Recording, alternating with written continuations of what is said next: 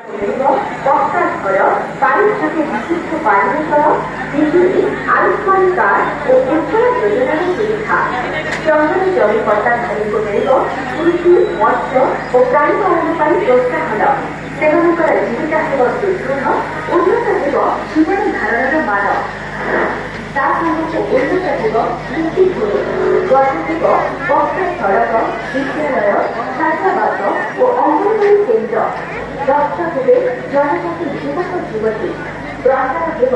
जनजाति ऐतिह्य और पर्यटन व्यापक हेब भ्राम्यमान स्वास्थ्य सेवा और संचार व्यवस्था जनजाति आधीन